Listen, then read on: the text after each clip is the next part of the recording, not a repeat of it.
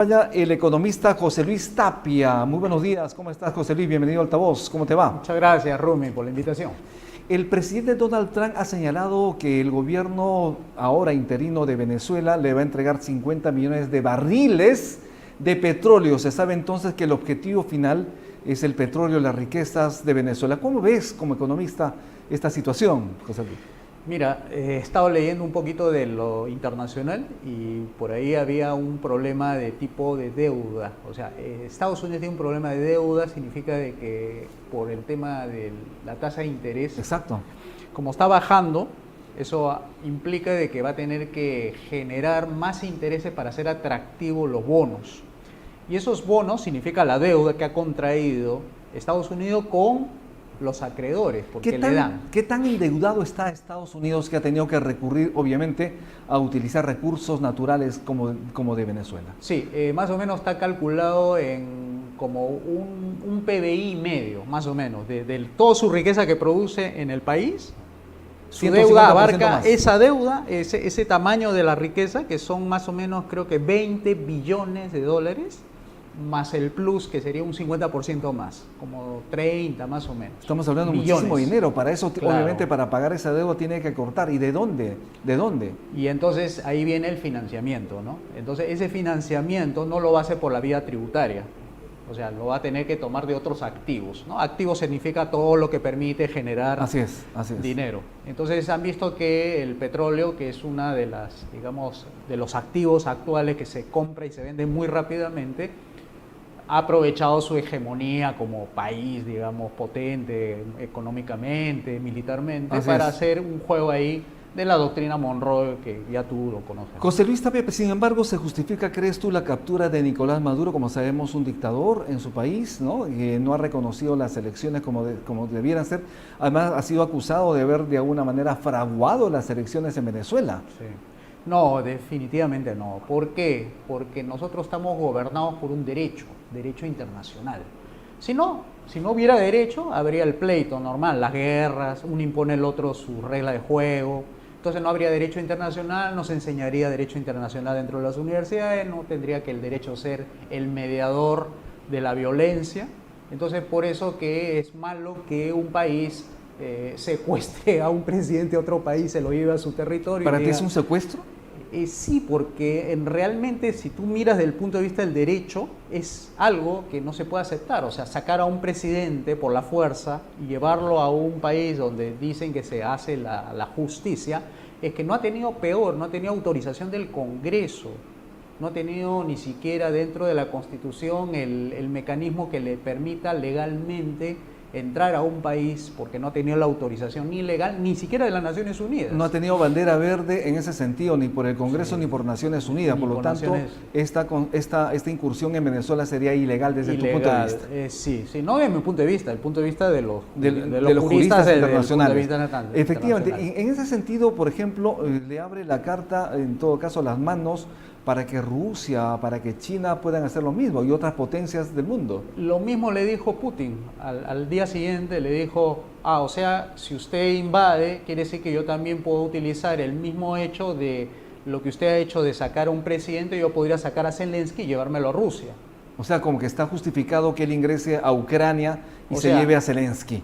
No en el sentido de que vaya a hacerlo, sino en el sentido de la ironía. Si él lo hace, yo también podría hacerlo. ¿Cuál es la diferencia? Él le dice, ¿no? Porque estamos en un proceso, dice él, de negociación de la paz. Y lo mismo podría hacer China respecto a Taiwán, por ejemplo. ¿Ves? O sea, este problema de la captura, ya para ponerlo así en forma un poquito más neutral. Porque tú lo has llamado secuestro. Sí, secuestro, cuando veo la parte jurídica, para ti es un secuestro. Un secuestro. Entonces, China igualmente, ¿no? Podría hacer lo mismo con el presidente de Taiwán.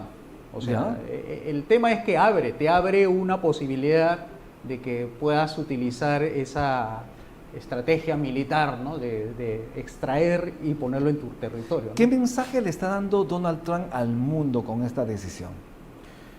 Que ese es súper poderoso. Además de súper poderoso, creo que se está extralimitando de sus poderes, ¿no? O sea, ya no es poder limitado, ¿no? ¿Pero hay contrapeso en el mundo? en el planeta? Yo creo que no, al menos como lo veo hasta ahora, porque, a ver, dime, las Naciones Unidas, ¿qué ha hecho al respecto? Se ha limpiado las manos, no sirve de nada. Las Naciones Unidas no le pone freno a Estados Unidos, porque Estados Unidos es poderoso. Entonces es un mecanismo, digamos, de pura retórica, ¿no? De que todos los países se abran entre sí, que usted se llevó, que esto, que lo secuestró, que no sé cuánto. Entonces queda ahí en el palabreo, ¿no? Pero efectivamente el derecho se ve dañado, ¿no? Claro. O sea, ¿qué seguridad tenemos? A ver, aprovechemos en hablar del tema del narcotráfico, que esa ha sido una de las excusas para justamente tomar el tema del petróleo de Venezuela, porque al final eso era lo que estaba encubierto, se enmascaró y era el petróleo finalmente. Bueno, igualmente el Perú. Perú es un productor tanto de clorhidrato como de pasta básica. Colombia también. Bolivia también. Qué casualidad que haya venido alguien del Departamento de Estado, ¿no? De la DEA. De la DEA acá a conversar, ¿no? Seguramente advertirle ciertas cosas que va a hacer los Estados Unidos. Con esa misma razón, con esa misma lógica, Trump también podría decir lo mismo para el caso peruano. ¿Ingreso al Perú? Ingreso al Perú, Chancay, no le vendas los productos o que no pasen por ahí los productos internacionales de Estados Unidos en Chancay. O sea, se abre mucha ahí la especulación. posibilidad, ¿no? Sí, en algún momento, como sabes, algunas autoridades norteamericanas, ante este avance de la inversión china en Perú y en diferentes países de la región, en el caso del Perú, el megapuerto de Chancay, ha propiciado también entre comillas, ese rechazo. Ahora, el embajador peruano en Estados Unidos ha señalado, bueno, pues Estados Unidos, no solo preocúpate, también ocúpate, porque tenemos diversos proyectos de inversión en el Perú donde tú no le estás poniendo los ojos. Sin embargo, esto ha generado obviamente la preocupación de Estados Unidos, ese avance de China con sus inversiones, ¿no? Tratando de llevar, digamos, los diferentes sectores estratégicos a su país, en minería, sí. Estamos hablando de electricidad, los puertos. Esto obviamente ha generado la intención de Estados Unidos de ponerle freno, digamos, a este avance. Sí. Eso está detrás también, geopolíticamente hablando, ¿crees tú? Sí, en cierta manera sí, porque tampoco Estados Unidos se va a quedar con que Chancay sea el problema y no va a esperar que Chancay se recomponga. Yo creo que lo que va a hacer es también poner un puerto paralelo que haga contrapeso un poco al tema, ¿no? Claro. Pero me preocupa bastante el tema de lo que está sucediendo con Venezuela, porque eso ramifica justamente este tema que tú estás hablando, de lo de Chancay. O sea, ¿cómo puede ser que un puerto chino que esté ahí, parece un enclave ahí dentro del Perú, esté a la vez sucediendo en forma paralela con lo que está ocurriendo? Porque ahí la doctrina Monroe es clave ahí para entenderlo. Acabo de ver, por ejemplo, una caricatura que lo reenvió el secretario de Defensa, donde se ve la caricatura de Trump pisando a Sudamérica y Centroamérica con sus pies, o sea, pisándolo. Doctrina Monroe decía, ¿no? Y lo había reenviado el secretario de Defensa, creo que a los medios de comunicación. O sea, América para los americanos, en este caso América para Estados Unidos. ¿Somos el patio trasero de Estados Unidos? Como lo ha puesto así la caricatura, es más que eso. O sea, está por encima él, ¿no? Por encima del continente americano, del continente sudamericano y todo eso. O sea, mira la labor, digamos, de desprecio que hay sobre los países, ¿no? Tú eres un economista liberal. Sí. Como sabemos, la corriente liberal, en todo caso la derecha, está avanzando en América Latina y muchos gobiernos de derecha obviamente han felicitado al gobierno de Donald Trump.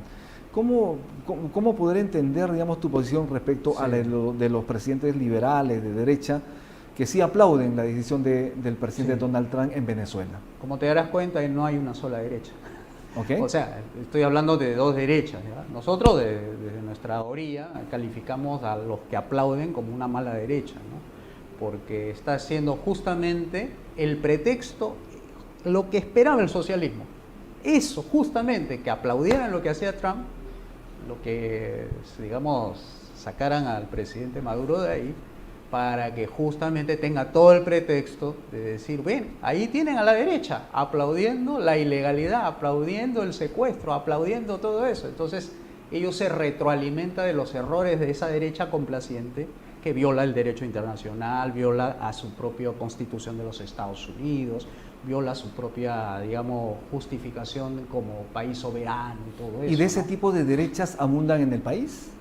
¿En el Perú? Sí. ¿Quiénes, por ejemplo? Sí. Bueno, los que están en el Congreso y todos ¿Los que están candidateando?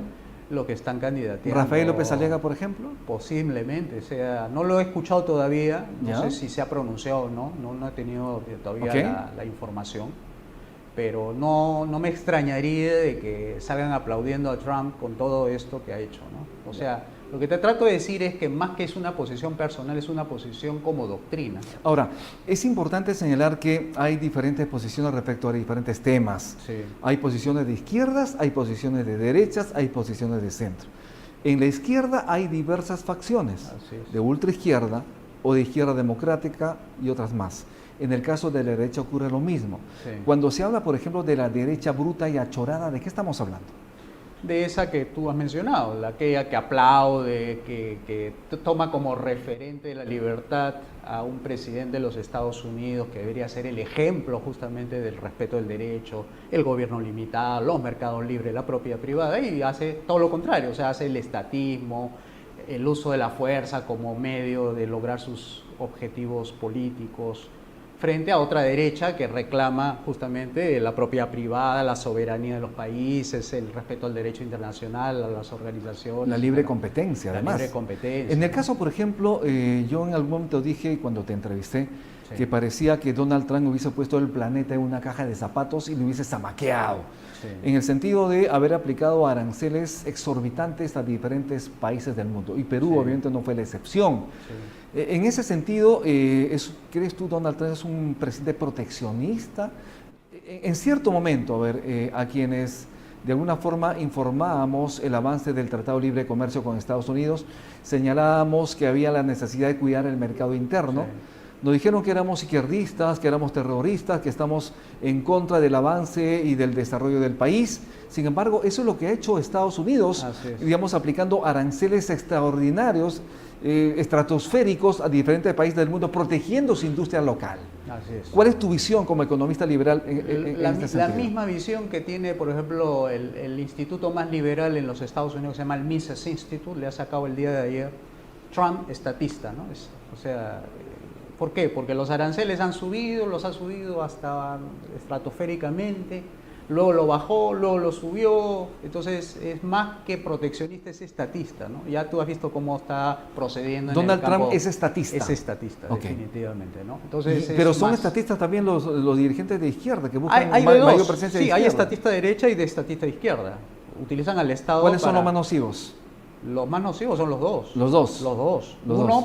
favoreciendo al mercantilismo, o sea, a grupos económicos, y la izquierda favoreciendo a los sindicatos y a todas las organizaciones de base que tienen ahí dirigentes. Tú has utilizado un concepto interesante que tiene que ver con el mercantilismo. Explícale Sí. muy sencillo como Sí. docente Sí. universitario, ¿qué es el mercantilismo y por qué nos hace daño? El mercantilismo es esa posición que tiene políticamente hablando de un grupo, de un sector de la sociedad que se vale de la ley para obtener beneficios a cambio. Entonces hace todos los lobbies posibles dentro del Congreso para obtener esa ley que lo va a favorecer, pero al resto no. Por ejemplo, Esa ley Klimper que hemos hablado la ley varias veces. Klimper, estamos Sí. hablando de la ley que le da beneficios Sí. a los agroexportadores. Y ahora va a venir otra, la ley que va a exonerar también a las industrias que estén relacionadas con Estamos la hablando, agro. van a ser beneficiadas Gloria, Alicor y otras más. Así es. Están relacionadas con el sector Así es. agroexportador, por Entonces, ejemplo. Claro, entonces a ellos le dan pues exoneraciones tributarias, subsidios, lo que fuere, lo que A ver, ellos pidan. ¿cuánto pagas de impuesto a la renta tú? Como trabajador de quinta debo estar pagando el 11%, Perfecto. 15%. Pero las empresas en el país mayormente pagan 30% de impuesto a la Sí, renta. 29.5. Y las empresas agroexportadoras, ¿cuánto pagan por esta ley? 15%. Es decir, la mitad de lo que pagan La los mitad diferentes de- sectores. Así es, así es. Entonces no estamos en un país equitativo, Sí, en un por país eso con igualdad. por ejemplo, la propuesta liberal es flat tax, o sea, hacer que todo sea plano. O sea, si yo pago 15 como trabajador, 15 como empresa, 15 como propietario de activos financieros, 15 como propietario de terrenos, de edificios, o sea, el flat, incluyendo el IGB y todos los impuestos. ¿Te han propuesto candidatear en algún partido político? No. Yo ya estuve en un partido político Ok. y no concordaba No mucho prosperó. en Sin la- embargo, es importante, digamos, el análisis económico. A propósito de ello, ¿dónde crees tú que va a ser lo central, digamos, en el debate económico en campaña electoral? ¿Sueldo mínimo, por ejemplo? Sí podría ser. Un sueldo ¿Déficit mínimo. fiscal, por ejemplo? Pensiones también. El sistema pensionario. Sí, porque eso no está arreglado. No se arregló. Se ha dejado eso de lado ahora en estos tiempos, ¿no? Porque estaban hablando justamente del octavo retiro, ahora están hablando del no sé cuánto retiro de la ONP también. Dicen, no es viable. Pero es un como dinero una- que no existe, además, Claro, en la ONP. un esquema Ponzi, como le dicen, ¿no? Que es vacío al final. Y entonces ya están hablando de ponerle fin al sistema privado de pensiones, porque ya no hablan de octavos, sino el 100% de todo lo que tú quieras retirar, lo retiras. Una devolución completa de Completa los fondos del sistema del- privado de pensiones. exactamente. Pero esto sería una hecatombe, ¿crees tú? No, si es que hacemos reformas liberales. Yo, más que fijarme en la reforma como previsión, yo miro las 5, la política, la económica, la educativa, salud y pensiones. Así es. Completas. ¿Cuáles serían los 5 puntos importantes, las 5 acciones principales que harías tú de ser ministro de Economía y Finanzas para revertir este magro crecimiento del país? Este año, el año 2025, se estima que vamos a crecer 3,3%, que es insuficiente. Sí. Pero ¿cuáles serían esas 5 principales medidas para revertir esta situación? Yo lo haría como que 5, esta política económica, educativa, salud y pensiones, lo haría con 5 ministros. A ver. O sea, por ejemplo, para la parte política, yo tengo que tener un ministro político que me ayude a hacer la reforma del Estado. Un por buen ejemplo. premier. Claro, que me haga la reforma del Estado y me disminuya las funciones, no los ministerios, que es diferente. Y que se concentre en justicia, seguridad, obras públicas, disminuyendo los impuestos de 35 a uno solo que sea el único que Para financia el todos. Estado, para Ok. todos. ¿Ok? Luego, en lo económico, desregular la economía completamente, o sea, no haya regulaciones, tampoco existan estas reguladoras, sustituirlas por iniciativas privadas, regresar al patrón oro. Luego me voy en lo educativo, pongo a competir a los colegios, paso todos los activos estatales de educación, se lo paso a los maestros, a los operadores naturales, igualmente en salud, se lo paso a ellos, no vender a empresas, sino a personas, ¿Ok? se lo traslado todo, igualmente pensiones, o sea, no sistema, sino mercado Ok. libre de pensiones. Perfecto. Entonces, con esos 5, tiene que haber 5 ministros ahí que hagan la Que hagan la conducción, chamba, ok. para que al final quede solamente 7 ministerios, porque eso es lo que tiene que quedar. Pero tengo que elevar los ingresos de la gente para que haya espacio para que la gente que está en el Estado pase al sector privado sin mayor problema. Esa Así es. transición es la que se hizo en Checoslovaquia, en los países es. excomunistas, ¿no? José Luis Tapia, muchísimas gracias por estar en altavoz. Muy Ok, amable. muchas gracias, Una muy Romy. cortita de las audiencias que se están mirando y escuchando. Sí, cómo no. Desearles primero un año próspero, todo esto Que así que sea. viene. Cuidar mucho su bolsillo a partir de abril, que se va a poner medio incierto la economía. Guarden, no se apresuren en gastar, por ejemplo, lo que ya se viene la escolaridad, con cuidado, que manejen bien eso y esperemos que todo salga bien a partir de abril, ¿no? Esperemos. Muchísimas gracias. Estuvimos